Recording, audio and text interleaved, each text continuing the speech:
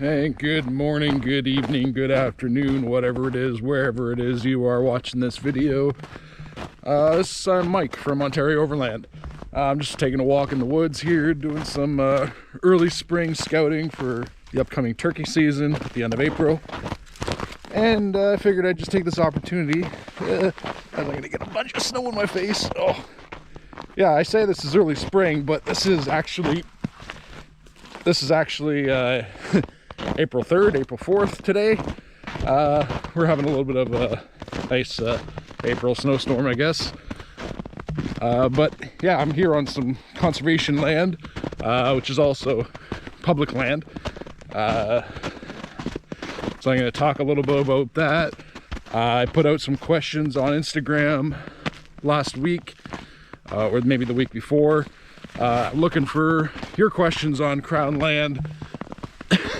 So I'm going to sit down somewhere maybe and take a look at those and answer some of them the best I can. So yeah, join me as I just take a walk in these snowy woods. I'm sure I'm going to get soaked. Oh my god, this is going to suck. Ooh, much better. Oh, snow on the camera. Alright, now I'm more in the open woods here, so this is a little bit better. Won't have to crawl through the cedars.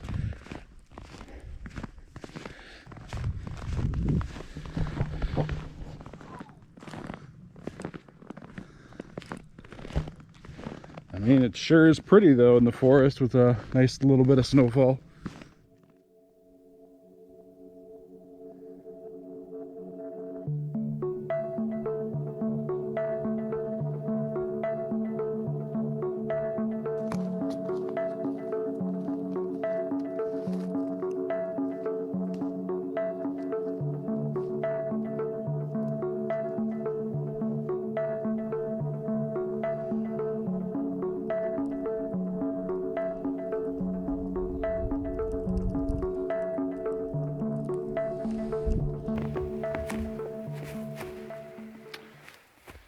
Hey everybody, found a nice little spot here, sitting in the woods. It's still snowing, it's a little wet. My butt's going to be pretty wet by the end of this, but you know, that's just what you get for getting out there and enjoying the nature.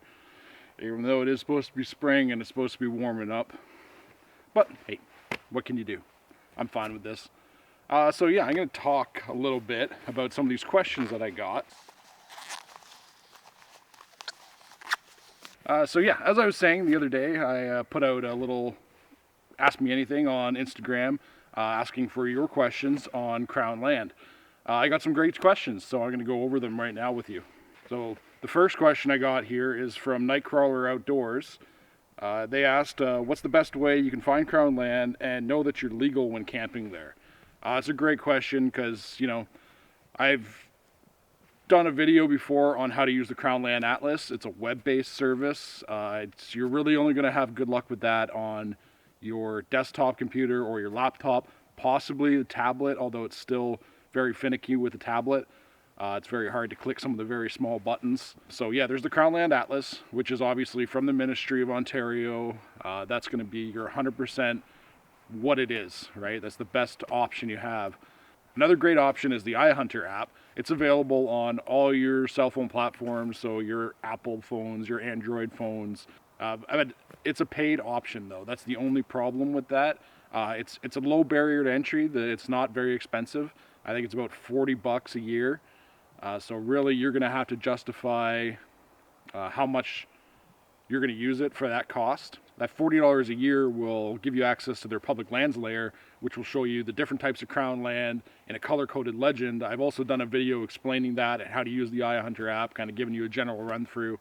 But it's a great option, and you should definitely check it out if you're looking for that.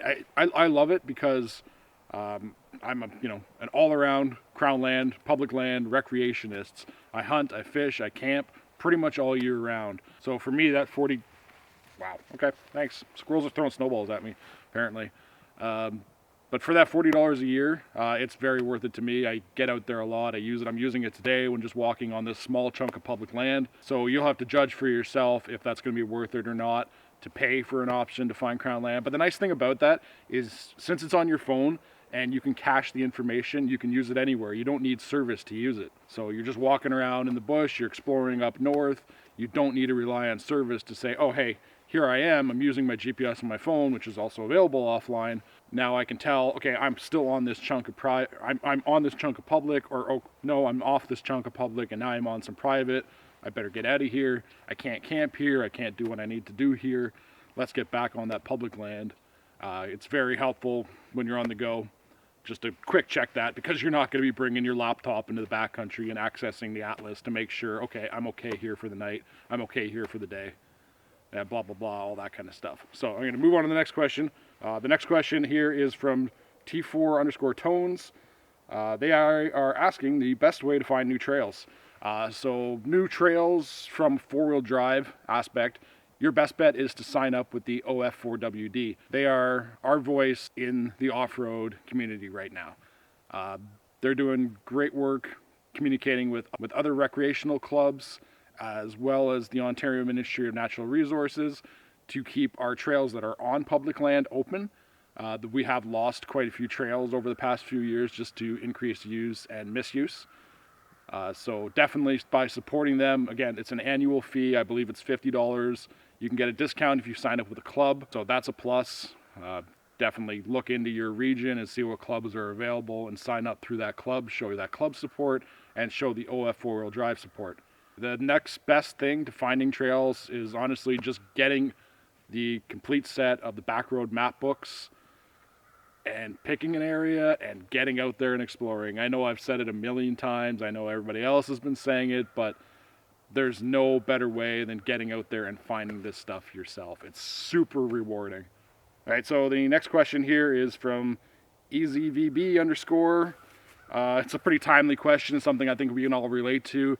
It's how to find crown land without wasting gas, because gas is bloody expensive. I think we are all very familiar with what's going on in the world right now, so I don't have to explain it. But yes, gas is super expensive. I did a video not too long ago on how I e-scout for crown land.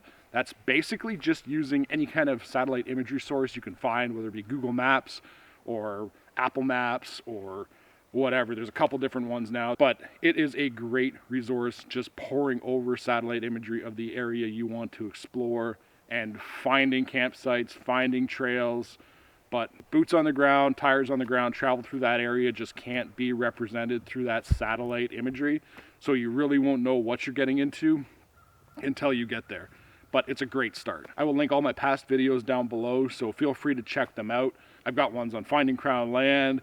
I've got the one on e-scouting I was just talking about, and there's also a great one on how to go about mapping out your route for your adventure trip. So the next question I have here is from Jabel's Outdoors.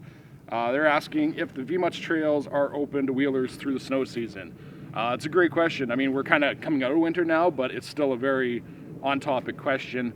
The VMUTS trail system, if you haven't heard of it, is the Voyageur multi-use trail system. It's located just north of Ottawa in the town of Mattawa, right along the Ottawa River. It's a mix of crown and private land, so it does require a trail pass. The trail passes are annually.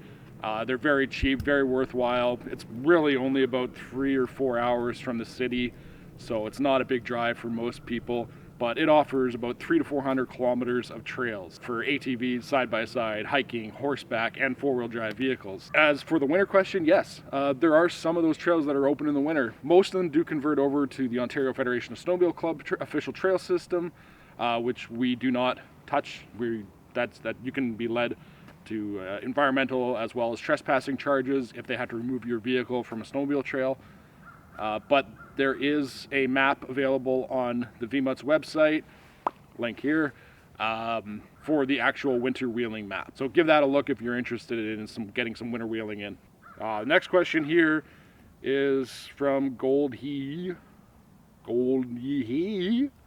Sorry, I'm not good with pronouncing names. They'd love to know what locations you can go, if there's a map of crown land areas that you suggest. Also, if you're going by yourself or with your wife, what are the do's and don'ts?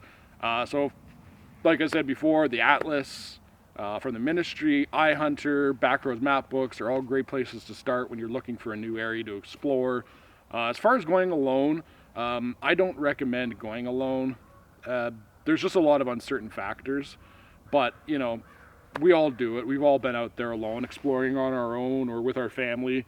And, you know, it's a great time. You just have to be smart. You just have to be safe. There's a website called Adventure Smart. It's also a e-learning program put on by the Ontario Search and Rescue Volunteers Association. And it's a great resource. It kind of runs you through the what ifs. Like, if this happens, this is what I should do. This is who I should contact. How to be prepared, what to bring, you know, how many liters of water per person do you need per day? How much food do you need per person per day? This is just all kind of preventative maintenance that you should just ingrain in your brain before heading out by yourself, or just even heading out in general. It's great to be prepared. But other than that, just make sure your vehicle is in A++++ condition in terms of maintenance and preventative maintenance.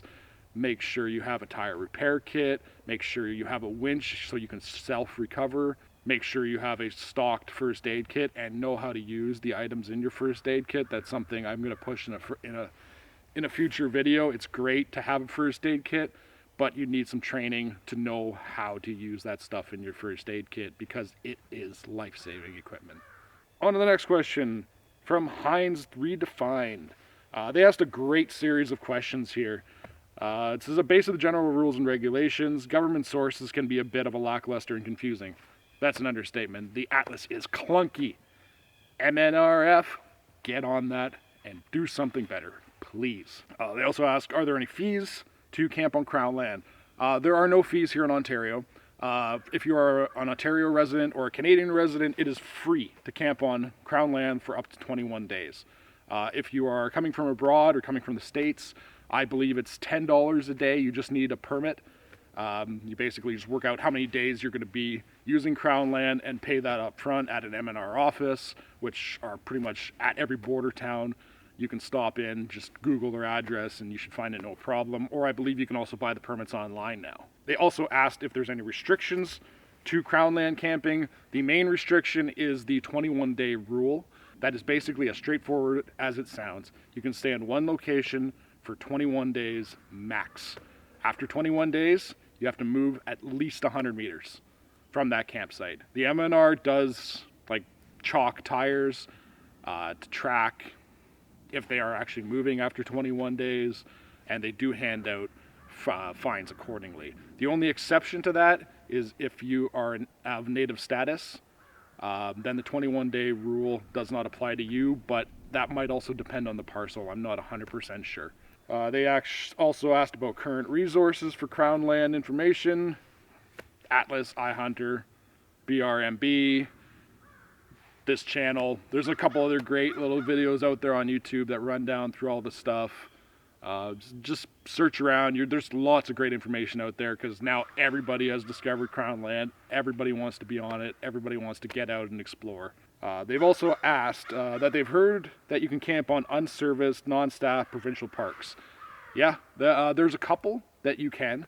You're going to have to check on the Ontario Parks website for a list of serviced and unserviced provincial parks. Those unserviced provincial parks, for example, Aubrey Falls, it's about halfway between Chapleau and Elliott Lake. That is an unserviced provincial park. So provincial park rules do apply in there, like no cutting down trees and stuff like that, and no foraging. But you are allowed to camp there, and they basically just ask you not to block the boat launches. That's basically the number one rule when it comes to camping there, as well as the 21-day rule, which again is you can only stay in one spot for 21 days, and then you have to move about 100 meters down the road. And that's about it. They will outline on the Ontario Parks website what rules apply to which unserviced parks. So you'll have to go to the ontarioparks.ca website to confirm with where you want to go and see what you can and cannot do there. The next question I have here is from Cam_train. They ask, I've yet to take a ride out and drive to a spot because I'm worried it's going to be taken. I hear you, man. I hear you. Unfortunately, like Crown land is first come, first serve, no matter what you're doing on Crown land, whether that's setting up a spot to hunt, setting up a blind, a tree stunt, a duck blind, whatever. I mean, there is no law saying you can't literally set up right next to that person, but it's a pretty dick move. That's not great etiquette. We're going to talk about etiquette in a future question from another follower, but it's just a risk we take. There's been lots of times where we've been planning to camp at a spot on a big trip. We're we're thousands of kilometers away from home. We get there in the dark, and lo and behold, there's 2 trailers set up there, and no room for us to even set up for the night. Because even if those trailers aren't occupied, we could just kind of be like, okay, we're only going to be here one night, set up, we're gone, daybreak the next morning, because we're traveling. You can always go down the road and find another spot. I mean, even especially if you're just setting up for a night, you just need a little roadside pull off. Okay, we'll regroup, we'll rethink, we'll head out and find another spot tomorrow. Maybe the other side of the lake, if the road goes around, there might be another spot there if you want a lakeside campsite. But just talk to the people too, right? Like if you pull up and there's people there, say, hey, we kind of want to camp here. We're going to be quiet. We're going to keep to ourselves, hoping they do the same. And I've met some great people that way. Just kind of, crashing in a site for a night or two with some people I didn't know before, and you walk away with some friends, because we're all out here to enjoy nature, and we're all the same kind of people in my eyes. But also, moving down the road is another great option. We have found some amazing campsites just by pure luck of being like, well, we didn't get our first choice, so let's venture down here for 50, 60K to the next lake, especially if you're in an area where you can do that, and you find a campsite that is untouched. A lot of people just neglect it because it's down a tight, narrow trail, or they don't have the vehicles to access it, or whatever the case is. You can find some real hidden gems that were not your first choice. They ended up being your backup, and now they're going to be your first choice next time. So don't let that stop you from getting out there and exploring. And so the next question here is from Fast Times Inc. They're asking about etiquette and noise. What do you do about your noisy neighbors? In reality, like I was just talking about, you talk to them, you try to be civil, but if there's somebody around you that's doing something you don't like, you don't have any control over that. The best bet is just to pack up and move down the road a little bit, or you deal with it. And if they're doing something that does not, if they're doing something like littering or chopping down trees, like chopping down live trees, or littering, or just burning garbage and stuff like that, there is the 1-800-MNNR tips hotline that you can call when you get back into service and say, hey, I don't want to say rat people out, but these people that are out there misusing Crown land, it's a resource that belongs to us. That's going to be up to your discretion and how far you want to take that. But that is an option, to report people that are misusing Crown land. But as far as just, noisy neighbors, I just get up and move. If I don't feel comfortable or I don't feel safe when I've set up, close to somebody or in a popular area, I just go further in. I just, go further down the road where more people don't go, or to another smaller lake that might not be as nice, but I'm still going to enjoy myself. Next question here is from About a Minute with Kevin. Hey, I think I know that Kevin. So he was asking about, where you can shoot archery on Crown land. The good news is with Crown land, you can do a lot of target shooting, whether that's with a firearm, a crossbow, a compound bow, a trad bow, or air gun, paintball gun. The biggest thing is, making sure you're safe, right? Make sure you have good, clean shooting lines. You've got a well-defined target. You can see from either side very, very well. So a nice open area is ideal, but most importantly, have a good and suitable backstop. Like a nice soft surface, like a sandbank or a nice big mound of soil, not a stump, not a rock wall, not a rock wall. But that's the biggest thing, is just making sure you're safe. Be familiar with the areas too that do not allow Sunday gun hunting. It is getting less and less, but there are still a few places that do not allow Sunday gun hunting. So if you're in a Crown land area within that municipality, that could be an issue of having the cops called on you thinking you're hunting, but you're just shooting, and you just don't want to deal with that. And the other thing to make sure of, no matter what kind of shooting you're doing, is you are cleaning up after yourself. So firearms owners, pick up your shells, your brass, pick up your wadding from shotgun shells, all that. Take down your targets, everybody. That's archers and firearms shooters. Targets come down. You shouldn't be putting nails in trees. You know, you use a string off a branch to hold the target, something like that, or bring an actual target with you is even better, like a block target or a little planking target. Those you can just take home with you and reuse. If you're using cans or bottles, pick up the cans, rake up the glass bottles, please. There's nothing worse than having somebody bring a dog after somebody shot a bunch of bottles and get their dog's paws all cut up. Nobody wants that. The very last question I got here was from Escape to the Forest. They're asking, where can we see you in person to discuss where to find information about Crown Land travel and camping? I think I might have an answer for that one. So I will be doing a classroom presentation at the upcoming Overland North event at the Albion Hills Conservation Area. That'll take place June 4th and 5th. Crows agree. There will be camping available at the conservation area. There's going to be lots of vendors there showing off the gear.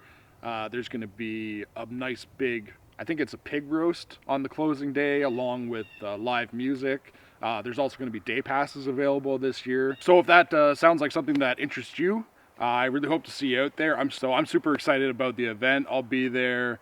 I know a lot of people that are going from the Ontario Overland Facebook group.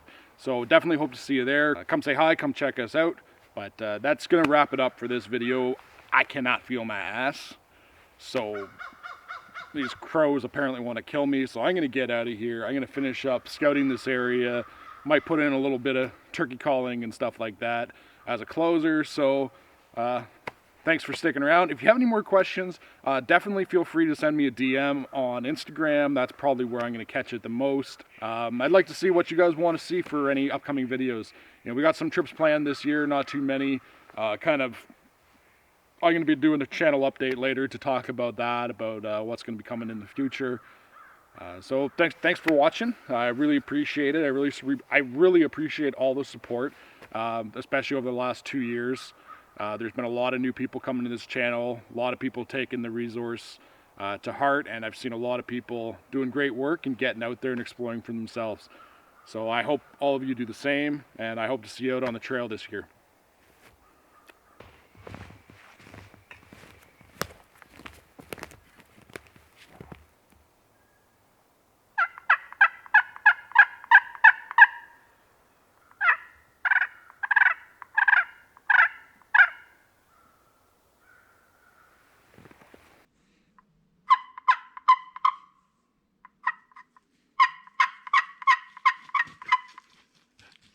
Oh, I found a dog. Come here, Sam. Come here. Here's a good girl. Watch out. What's this? Yeah, you're a turkey. Successful. Found some turkey. Or a turkey.